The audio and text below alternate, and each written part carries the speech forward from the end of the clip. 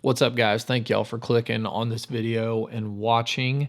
If you don't mind, go down there, hit that subscribe button, hit that like button. I really would appreciate it. On this video, I'm going to be talking about mastering deer movement on public land. We're going to do some deep dives into some maps so I can show you guys some examples of how I think deer like to use terrain and move throughout different types of terrains and habitats.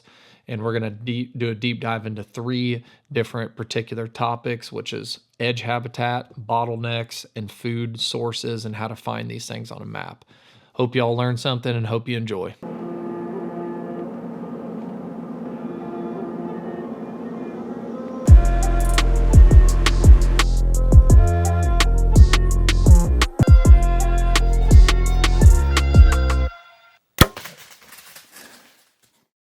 Like I said in the intro, guys, we're talking about deer movement, particularly on public ground. This all applies to private ground too, and the 3 things that I really want to dive into are edge habitat, bottlenecks, and food sources.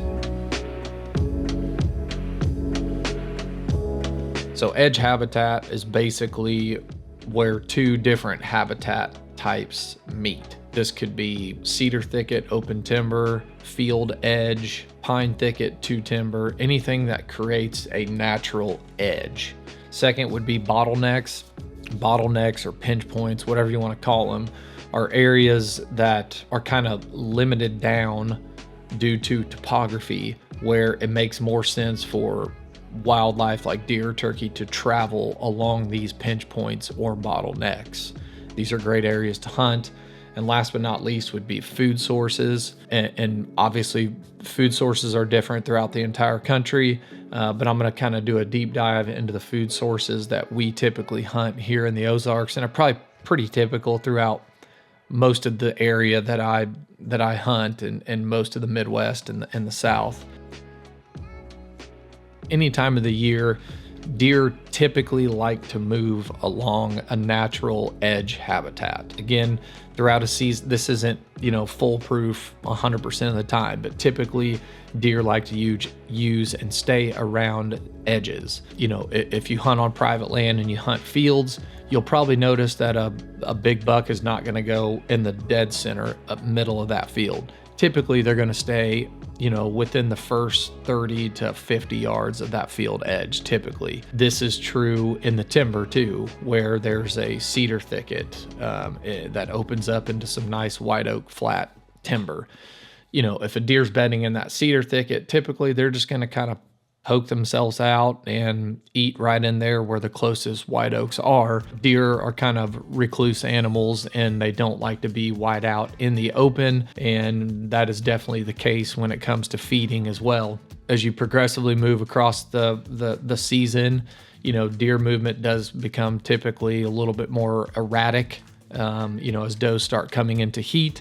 But along those same lines, a buck that is trying to find a doe usually will like to run along an edge, especially a bedding thicket edge. So this could be, a big tall cornfield crop where doe are bedding in it. A buck could run the downwind side of that right along the edge of that field. Or, there's a big pine thicket. Say you're hunting in Arkansas, there's a big pine thicket that a lot of does are bedding in. That buck is going to run the downwind side of that pine thicket right on the edge to scent check that bedding area. So deer like to use edges throughout the entire season. A good hunting strategy for hunting the edge, depending on the time of year. If it is early season, edges are kind of like transition zones too, where, if you're hunting a bedding area that edges up to like some white oak timber, you could hunt just off the edge where that buck is coming out of that bedding area, crossing that edge into the white oaks where he's going to be feeding. So it's more of like a transition zone too. But edge habitat is really important to pay attention to no matter where you're hunting, and I would be hunting near and around those edges pretty much throughout the whole season.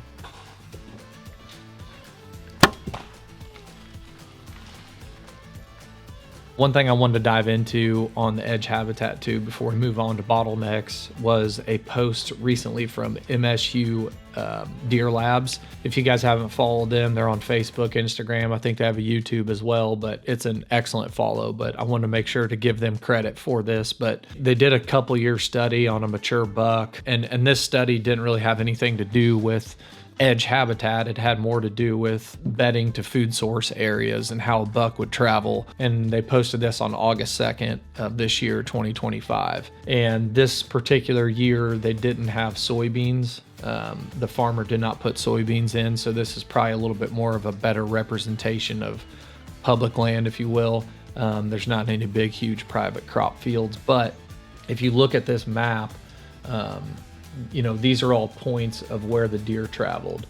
And if you notice, the heavier traveled areas are right along the edge of that creek, that river.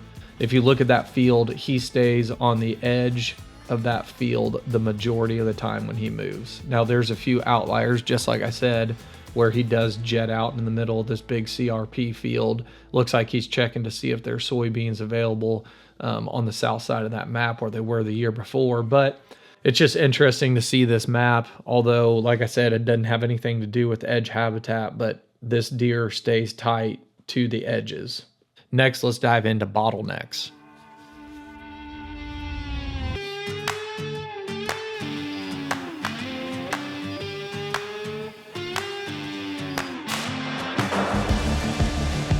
Most things on Earth typically like to take the easiest travel route. Bottlenecks could be formed by terrain features. The best type of bottleneck really is a saddle on two ridges. This is what a saddle would look like between two ridge tops.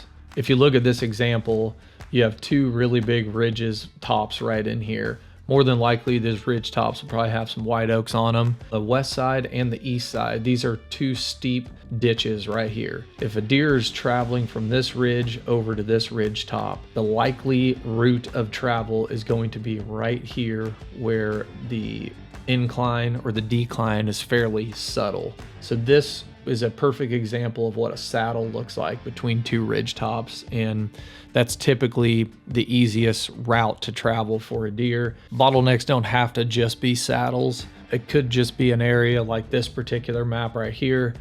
On the east side is what looks like just a pasture, like a hay field, and you're not likely to see a buck walking right through the middle of this type of field. Let's just assume that this drainage right here is super, super steep. And as it goes up higher, about where I have this blind, it gets a little bit more subtle. So this particular spot, like right in here where I have that blind set up, would be a pinch or a bottleneck. Let's assume, for the sake of this example, to the south of this blind is all a big white oak flat. The assumed bedding area would be somewhere on this ridge right here with the wind at the back, where they're looking down into this drainage and they can see for a long ways. The likely route of this buck, if he's bedding somewhere in this area, is going to be to avoid the steep ditch and avoid the pasture field and come up here where it's really subtle on the drainage to get to the white oaks, where you'll be set up in a perfect position right before he can start feeding in the white oaks. This is where it would technically pinch down or bottleneck as a transition for a deer to move into a feeding area.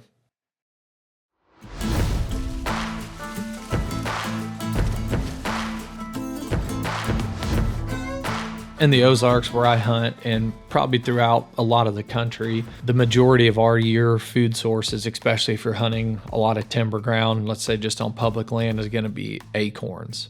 Typically in the earlier part of the season, the majority of the food source in our area are going to be white oaks. They typically fall first. As the season progresses, it depends upon the mast and what's produced for that particular year, but they could be feeding on acorns all the way through October if they haven't cleaned them all up, if it was a large production year. But as the year progresses, typically, red oaks and that type of species like pin oaks, they will fall a little bit later into the season. As the year progresses during a deer season, food sources definitely can change.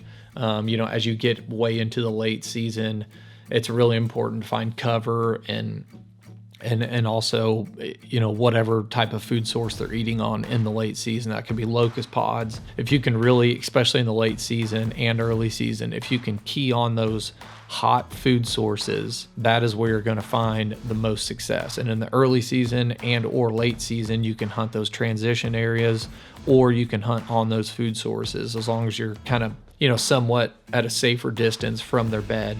On Onyx, they have like a oak layer, an acorn producing tree layer that you can add on there, and it adds like little red blocks. And on this particular example, it looks like in this area right here, more than likely a pretty nice white oak flat in there. White oaks typically like to grow, up on the higher sides of ridges or on the ridge tops. That's typically where I see them.